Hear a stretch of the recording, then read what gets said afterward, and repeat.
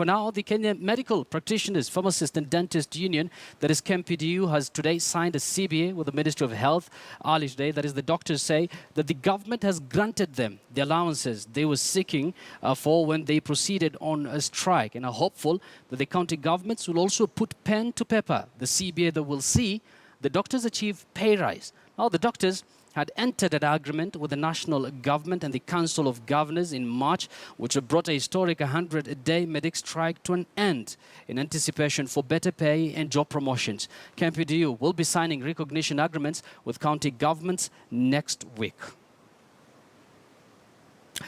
Of course, and still on that story, we have, as of actually I promised you earlier, that we have our in-house specialist on health matters, Dr. Mercy Korir.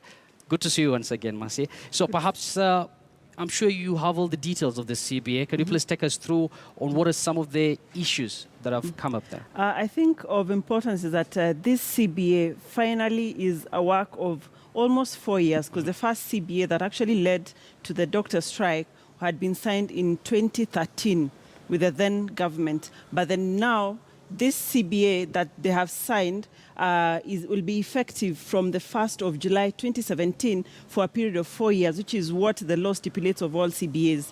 Now, the entry level of the doctors on this CBA will be from job group M, and the doctors here are those that have finished their internship and have been duly registered by the professional bodies, that is the Medical Practitioners and Dentists Board and the Pharmacists and Poisons, the Poisons and Pharmacies and Poisons Board, I beg your pardon, for the pharmacists, the medical officers, and the dentist. Now, this CBA also has set aside a training budget of 2% of the Ministry of Health's recurrent budget. Now, if we take the Ministry of Budget's Health of 60 billion, and the recurrent budget is about half of that, 30 billion, then 2%, which is the training budget, will be about 1.5 billion, which really goes a long way into ensuring that we have continuous specialists in the various disciplines in medicine.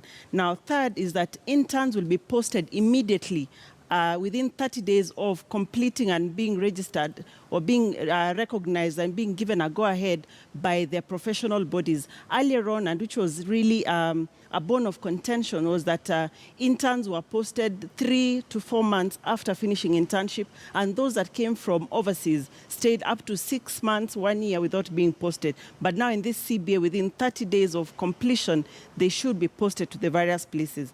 Now, the other bone of contention was that the interns were staying for 3-6 months after starting work before they get paid. Now, in this CBA, within 30 days of the government receiving their letter of arrival to their internship station, they should be paid. And this will really go a long way in making sure that we don't have the industrial disputes that we've been seeing. Now, what else is in the CBA is that there'll be the allowances which was agreed upon in the return to work formula that the ministry and the union signed in March, which ended the 100-day strike. So these allowances include the emergency call allowance, non-practice allowance, extraneous allowance, leave allowance, which is payable once a year.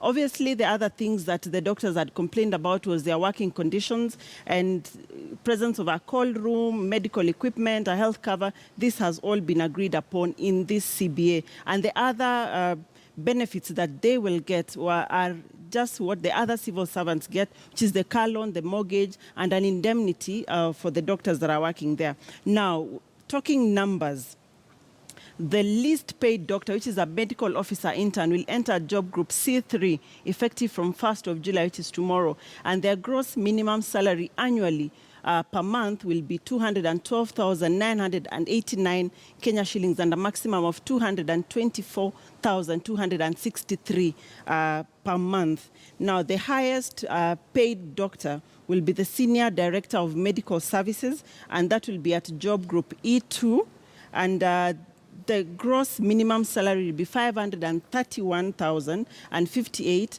and the gross maximum salary will be 592,954. So this has been a really long struggle by the doctors, and it has finally come to a close, but not yet out of the woods, because for this CBA, after signing, they require 14 days for it to be registered and for it to be actually recognized and effective in law.